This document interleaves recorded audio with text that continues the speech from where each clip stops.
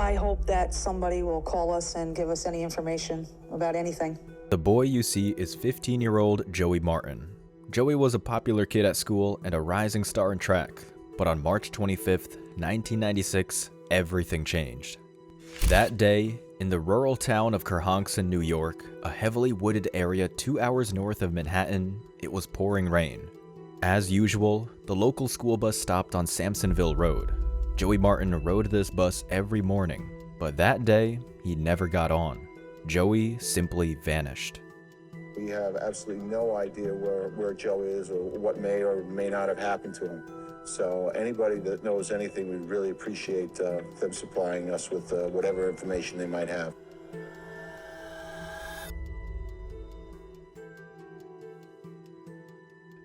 Joey disappeared, and the only person who could shed any light on it was his older brother, Bill. According to Bill, their last conversation was around 10:30 p.m. when Joey mentioned meeting up with his friends, Daniel and Alex. The boys were going to watch a comet that was supposed to streak across the northern sky that night. The next morning, Bill realized that Joey hadn't slept in his bed, but he expected to see him on the school bus with his inseparable friends. Alex was the first to step onto the bus. Bill immediately asked him where Joey was, and Alex replied that Joey never showed up the previous night. He and Danny had waited for him for over an hour, had a couple of beers, and then called it a night. When Joey's mom, Kathleen, found out he wasn't at school, she started calling other parents, but no one had seen him or heard anything. Terrified for her missing son, Kathleen called the state troopers. The initial theory was that the 15-year-old boy had simply run away. When we interviewed Joey's parents, we had learned that he had snuck out before and had stayed out late or stayed out overnight, so it didn't really raise the level of seriousness at the time because he had done this before. Detective Daniel Bien of the New York State Police was assigned to the case. The first person he questioned was Joey's brother, Bill, since he was the last one to see him. Bill shared details of their conversation that night and Joey's plans to meet his friends. His story was confirmed by Joey's two best friends, Alex Barsky and Daniel Malik. The boys had been close since before kindergarten, always together. Daniel and Joey probably met when they were 4 or 5 years old, just before kindergarten, I would say. And Joe was a little guy, and Daniel was a little bigger, and a lot of times he would protect Joe. They had even built a fort in the woods, which is where they planned to watch the comet. They both gave the same story, that they were supposed to meet on the corner of Schwabe Turnpike and that Joey never showed up. So they proceeded to go to their clubhouse and watch the comet on their own without Joey. Witnesses confirmed the boys' story, saying they saw them on the road that Monday evening before they headed into the woods. Detectives focused their attention on the area between the Martin family home and the boys' meeting point on Schwabe Turnpike, about half a mile of wooded roadway. They meticulously searched every path, as Detective Bien knew Joey was late to meet his friends because his mother had gone to bed later than usual. He speculated that Joey might have tried to make up for lost time, perhaps cutting through the woods, running, or even hitchhiking. While scouring the area, investigators discovered shattered glass from a car headlight. Since Sampsonville Road wasn't lit by streetlights, they couldn't rule out the possibility that Joey had been hit by a car and the driver attempted to cover up the incident. Upon further examination, hair fibers were found on the glass, which were immediately sent to the forensics lab for analysis.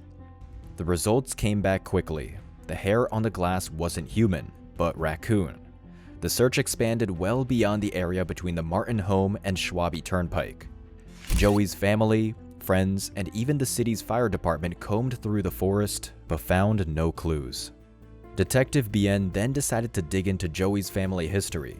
He discovered that Joey's father had died in a roofing accident 7 years earlier, and his mother, Kathleen, had since remarried a family friend named Lance. The introduction of Lance into their lives had been challenging for the children, who felt he was taking their mother away from them, with Joey being the most critical of him. When we first got together, Joe is the one that told Lance, you better not ever hurt my mom. Which, was an honorable thing for him to do, even though he was just a little boy. Experienced detectives know that some tension between a teenager and a stepfather is normal, but on the night Joey disappeared, Lance was not at home. This raised suspicions, making him a primary suspect in the case. When Detective Bien questioned Lance, his agitation and defensiveness only fueled suspicion. Furthermore, Lance's alibi was shaky. He claimed to have been in Manhattan for work, commuting every Monday morning and returning Thursday evening. However, on the day Joey disappeared, Lance returned on Tuesday afternoon instead of his usual Thursday. Detectives began to suspect that Lance might have returned earlier, possibly the night before Joey disappeared. This theory suggested that Lance could have done something to Joey and then come home on Tuesday afternoon to avoid being noticed in the city during the night. Kathleen, Joey's mother, found it hard to believe that her new husband could be involved in such a crime, but the police told her, it's always the mother, it's always the father, and it's always the stepfather. Lance couldn't provide anything substantial to support his alibi, only receipts from Walmart dated Tuesday morning at 9:05 a.m. The drive from the Martin family home to Manhattan took just 2 hours, so theoretically, he could have made multiple round trips in one night. Lance had no solid alibi. However, new evidence emerged that shifted the course of the investigation. It was discovered that Lance had made a phone call from his New York apartment around the time Joey disappeared, between 10:30 and 11 o'clock p.m. This was the exact time frame between Joey's last conversation with his brother and the planned meetup with his friends. Since Lance was 2 hours away, it was physically impossible for him to be involved in Joey's disappearance. It turned out Lance was so distressed by Joey's disappearance and the subsequent accusations that he simply forgot making the call. Nobody that knew us closely, would think that I was capable of doing something like that. They knew how much I cared about the kids. So the people that knew me and knew my relationship to our family, knew that was ridiculous. After confirming Lance's alibi, detectives had to broaden their list of suspects. They reviewed their database for individuals with criminal records who might have targeted teenage boys. They found a person living nearby with a questionable past, but no evidence linked him to Joey's case.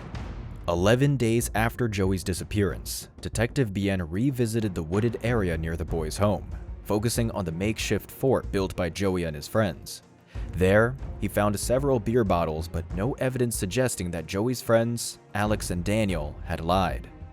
However, the presence of the beer bottles raised concerns. How had these underage boys come to be in possession of alcohol? In the US, there are strict regulations on alcohol sales. The new lead brought Bien to a new suspect. He learned that Joey and his friends sometimes got beer from an 18-year-old neighbor named Casey. However, when the police attempted to question Casey, they ran into a problem. Casey, known for his involvement with illegal substances and a long criminal record, had also gone missing.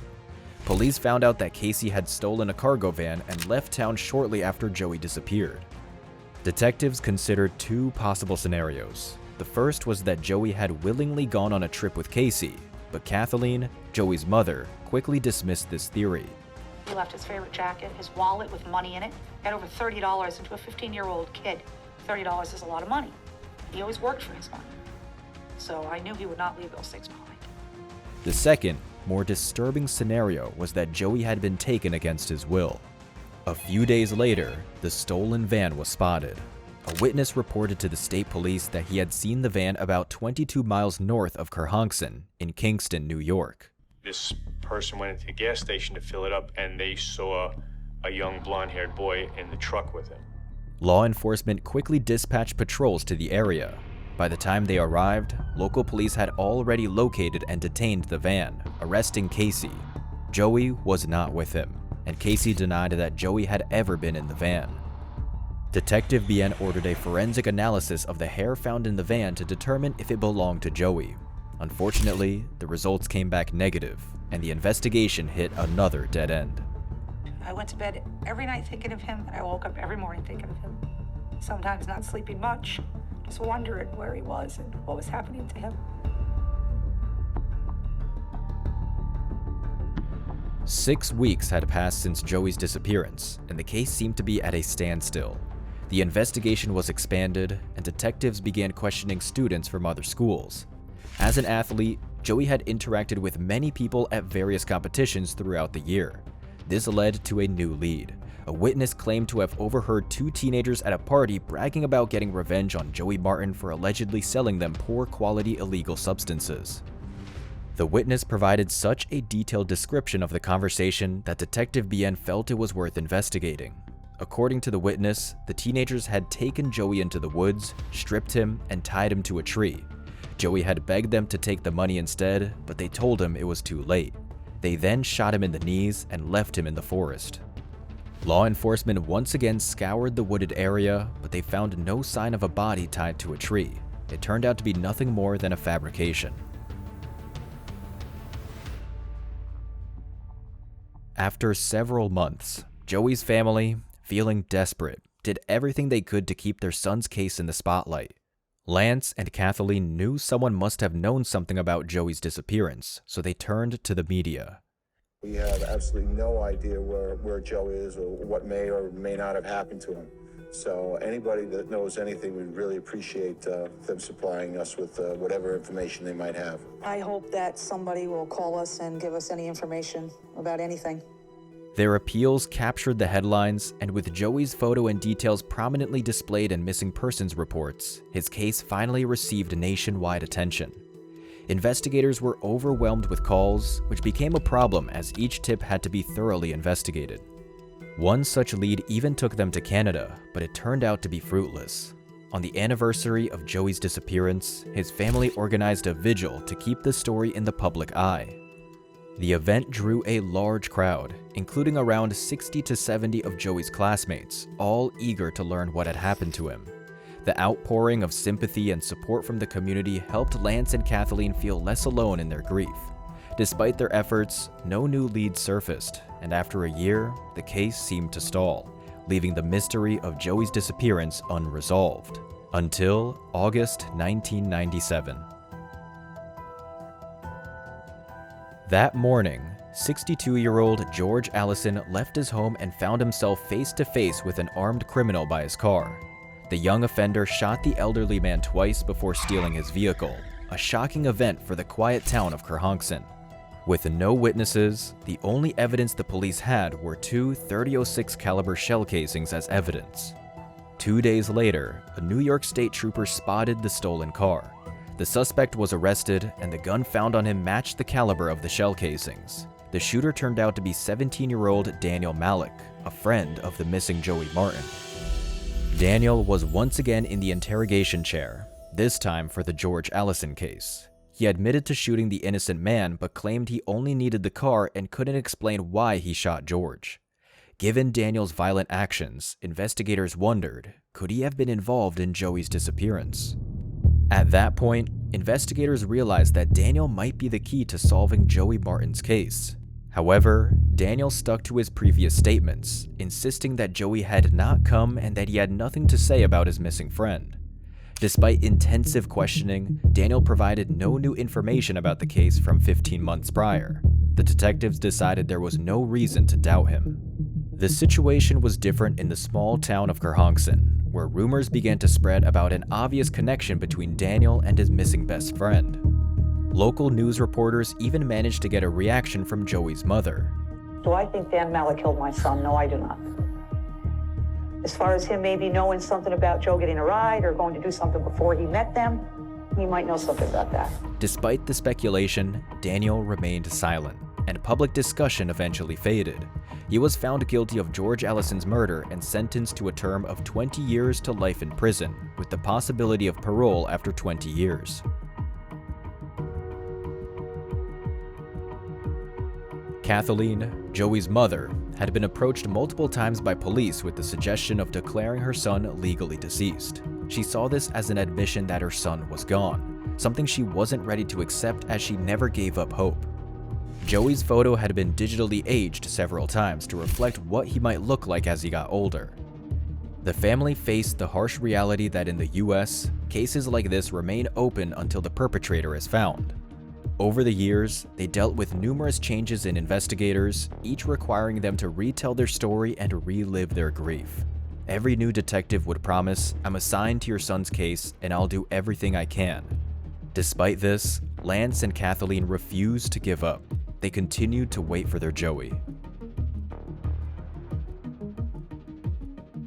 In November 2007, Detective Peter Sirigliano, who had recently been promoted, received a box of cold cases, including the 1996 Joey Martin case. Determined to make progress, Sirigliano retraced Joey's route to the meeting spot on Schwabe Turnpike the night he vanished, and also visited the location of the fort that Joey and his friends had built. To his surprise, after 12 years, the fort was still standing. Sirigliano went through the original witness statements, hoping to find any overlooked details.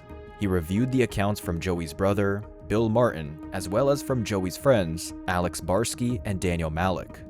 The friends had stated that they waited by Schwabe Turnpike until about 11 o'clock p.m., but Joey never showed up. All their stories matched perfectly, but when Peter Sirigliano read Alex Barsky's statement, one detail stood out. Alex had said, "I went home and immediately went to sleep."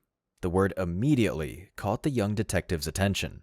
He said, "I went home and I immediately went to bed." And when I was reading that deposition and I saw he put the word immediately, it was somewhat alarming to me, because the normal person wouldn't say, "I went home and immediately went to bed." It would just be, "I went home and went to bed." A similarly strange phrasing appeared in Daniel's statement, where he said, "We all walked." Sirigliano noted that if it had been just Daniel and Alex, he would have said Alex and I, or I and Alex, or just we. The phrase "we all" seemed more suited to a group larger than two people.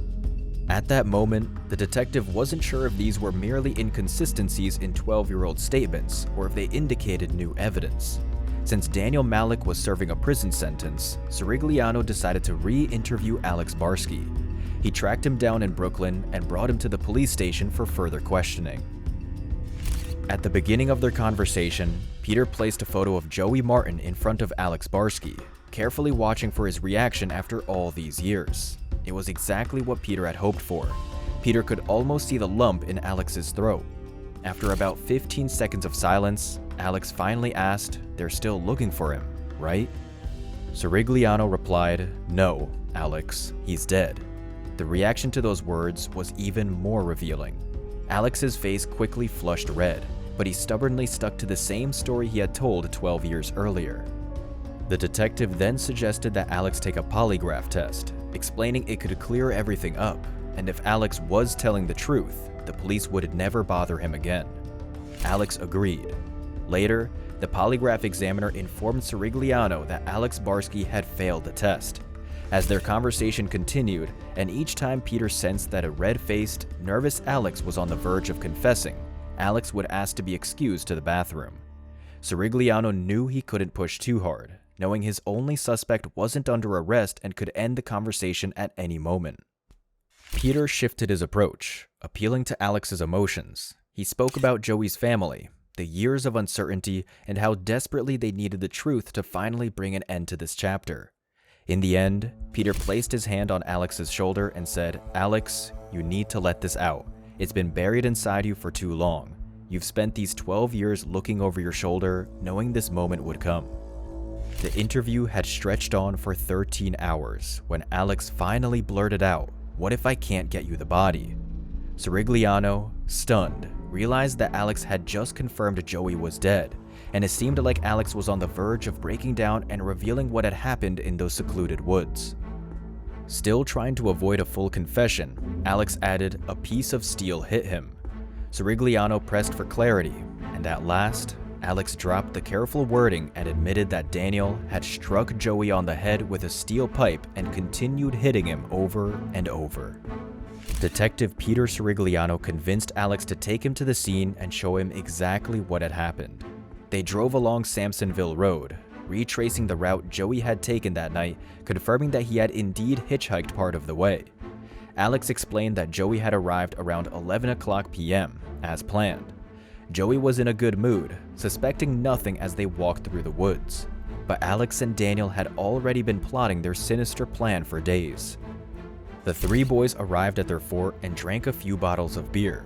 At one point, Daniel asked Joey to pass him another bottle, and as Joey knelt down to grab it, Daniel hit him in the head with a steel pipe, causing Joey to lose consciousness. Not stopping there, Daniel continued to beat him several more times. Daniel then passed the pipe to Alex, who also took a few swings. Together, Barsky and Malik wrapped their friend's body in a filthy blanket, loaded him into an old wheelbarrow, and buried him under a large rock deep in the woods. The next morning, both Alex and Daniel got on the school bus and encountered Joey's brother, lying directly to his face. Naturally, Sirigliano wanted to know where Joey was buried. Alex struggled to identify the exact location, so they decided to leave the bus and head to an open area. Barsky glanced to the left and spotted a rock, saying, "I think it's this one." Indeed, beneath the rock, they found an old, dirty blanket, but there were no remains. Alex then explained why the remains were missing. 6 years earlier, in 2002, Barsky had visited the same location, arriving from Brooklyn in a yellow cab with a dark intention. He dug up Joey's remains and packed the bones into several garbage bags. On the way back to Brooklyn, he directed the cab driver to stop at various places. At each stop, he discarded parts of Joey's remains into different trash bins, believing he had destroyed all the evidence that could link him and Daniel to the crime. When investigators arrived at the scene, forensic experts meticulously examined the area and managed to find fragments of teeth and bones. DNA testing confirmed that these remains belonged to Joey Martin. The investigators then informed the Martin family of their findings. Kathleen was utterly devastated, as though her world had collapsed. Throughout Joey's disappearance, Alex and Daniel had stayed with the family, pretending to assist in the search. Alex cried and told Bill, "I'm so sorry." They attended memorials and all the events held in Joey's honor. Despite Alex's confession, law enforcement couldn't charge Daniel with the crime right away. Under New York law, they needed additional evidence to link Daniel Malik to the crime, and Alex's testimony alone wasn't sufficient. Detective Sirigliano, however, showed remarkable resourcefulness. He tracked down an inmate who had been Daniel Malik's cellmate in the Ulster County Jail. This inmate revealed that Daniel had bragged about the crime and described in detail what he had done to Joey. The inmate agreed to testify against Daniel Malik in court. Daniel heard in court how his own cellmate's testimony was being used against him. So what was the motive, you might ask? It turns out Barsky and Malik had been planning their revenge for 2 days because Joey Martin had stolen Alex's stash of illegal substances. Alex Barsky was charged with first-degree manslaughter and sentenced to 3 to 10 years in prison, as he was under 16 at the time of the crime. Daniel Malik was also found guilty and received the maximum sentence, ranging from 15 years to life imprisonment, which would begin after he served his initial term. Lance, Joey's stepfather, vowed that he and his family would attend every parole hearing to ensure Daniel never got out. In March 1996, a rare comet streaked across the night sky, but Joey Martin never got to see it.